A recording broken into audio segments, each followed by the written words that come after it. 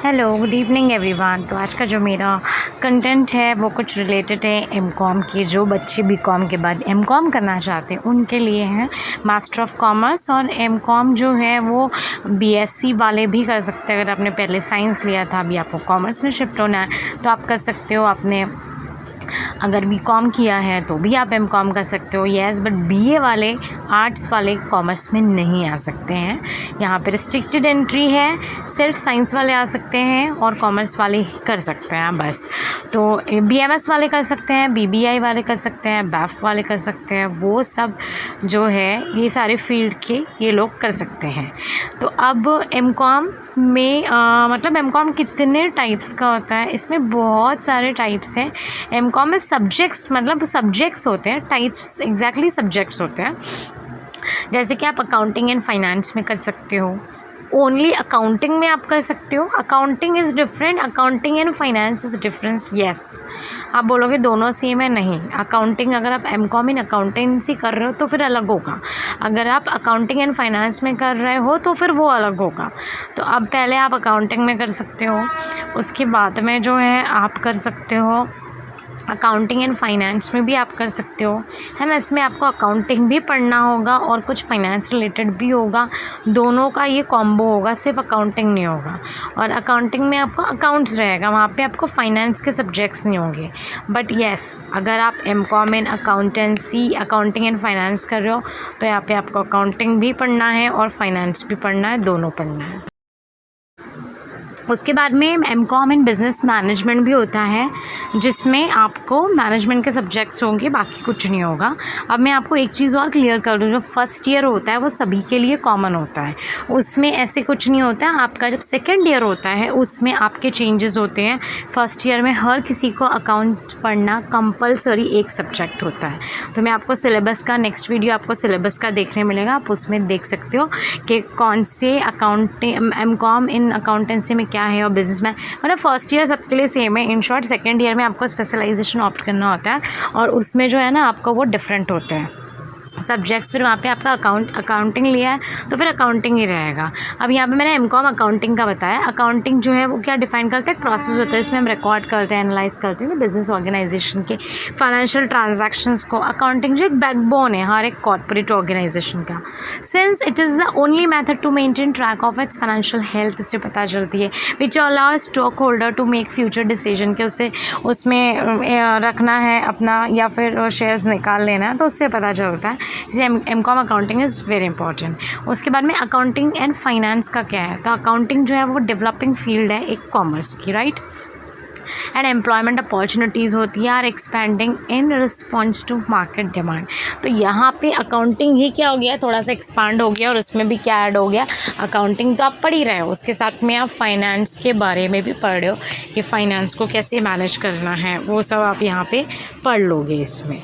तो basically accounting and finance जो है इसमें आप दोनों पढ़ोगे, किस तरह से रिस्पॉन्स करना है मार्केट के डिमांड्स को, है ना, एक्सपैंड कैसे करना है बिज़नेस को, फाइनेंस को कैसे मेंटेन करना है, फाइनेंशियल स्टेबिलिटी कैसे मेंटेन रखनी है, वो ये सब आप यहाँ पे एमकॉम अकाउंटिंग एंड फाइनेंस में आपको पढ़ने मिलेगा। उसके बाद में हम जाते हैं आगे बैंकिंग। अब बैंकिंग तो सबको पता है, एमकॉम एंड बैंकिंग जो है ना, इंडिविजुअल जो इंटरेस्टेड होते हैं प्रोफेशन, मतलब अगर आपको बैंक में जाना है आगे फ्यूचर में, या फाइनेंस सेक्टर में जाना है या इंश्योरेंस सेक्टर में जाना है, तो आप ये वाला बैंकिंग में आप कर सकते हो। आपको यहाँ पे मैनेजर लेवल की पोजीशन मिल जाती है, ओके, वो सब आपको उसके लिए बेनिफिटेड है ये। उसके बाद में अब देखो एमकॉम का फुल फॉर्म क्या है। तो फुल फॉर्म है एमकॉम का मास्टर ऑफ कॉमर्स। एमकॉम बहुत ही पॉपुलर है अमंग एस्पिरिंग, मतलब स्पेशली ज़्यादातर एमकॉम क्यों करते हैं, जिनको टीचर्स बनना होता है, लेक्चरर्स बनना होता है, रिसर्चर बनना, जिनको रिसर्च करना होता है। रिसर्च के लिए तो पीजी तो कंपलसरी है, पोस्ट ग्रेजुएट के बिना आप रिसर्च नहीं कर सकते हो, पीएचडी नहीं कर सकते हो। यहाँ पे यूजीसी नेट जेआरएफ भी करते हैं, डॉक्टर ऑफ फिलोसफी। पीएचडी के लिए ऑप्शन होता है एमकॉम डिग्री होल्डर्स का या फिर जो भी है वो। अब आप एमकॉम जो है वो फुल टाइम भी परस्यू कर सकते हो, पार्ट टाइम भी कर सकते हो और डिस्टेंस भी कर सकते हो। आपको फुल यहाँ पे मतलब आपको परमिशन दी गई है या तो full time regular college attend कर लो। तो मोस्टली जो होते हैं कॉलेजेस वो मॉर्निंग में होते हैं। आपको कुछ कॉलेजेस होंगे जो इवनिंग में मिलेंगे, सारे इवनिंग में नहीं होते हैं और सब कॉलेज में ये कोर्सेज़ अवेलेबल भी नहीं होते हैं। तो मैं आपको बताऊंगी, वीडियो मैं नेक्स्ट शेयर करूंगी जिसमें आपको कॉलेज की डिटेल दी हुई होगी और वहाँ पे लिखा होगा कौन सा कोर्स कहाँ पे है, और टाइमिंग्स भी मैं उसके बता दूँगी आपको, फ़ीस भी बता दूँगी। उसके अकॉर्डिंग आप अप्लाई कर सकते हो कॉलेजेस में कि आपको कौन से कॉलेज में एडमिशन लेना है आपके अकॉर्डिंग, आपके कन्वीनियंट के अकॉर्डिंग। तो कुछ रेगुलर होते हैं, कुछ पार्ट टाइम पे होते हैं जहाँ पे आपको संडे जाना होता है, और कुछ जो होते हैं वो डिस्टेंस होते हैं। तो मैं आपको यही सजेस्ट करूँगी कि आप अपने कन्वीनियंट के अकॉर्डिंग आप सिलेक्ट करिए आपको कौन से मोड में जाना है, फुल टाइम या पार्ट टाइम या फिर या फिर डिस्टेंस लेना है। डिस्टेंस जो होता है वो यूनिवर्सिटी के थ्रू होता है, डायरेक्ट उसका एक ही एग्ज़ाम होता है, फाइनल एग्ज़ाम 100 मार्क्स का। बट अगर आप कॉलेज के थ्रू कर रहे हो तो फिर आपका सेमेस्टर पैटर्न रहेगा, 2 सेमेस्टर होंगे, फर्स्ट ईयर में और सेकेंड ईयर में, फिर थर्ड फोर्थ सेमेस्टर होगा। तो 2 ईयर्स का ड्यूरेशन होता है।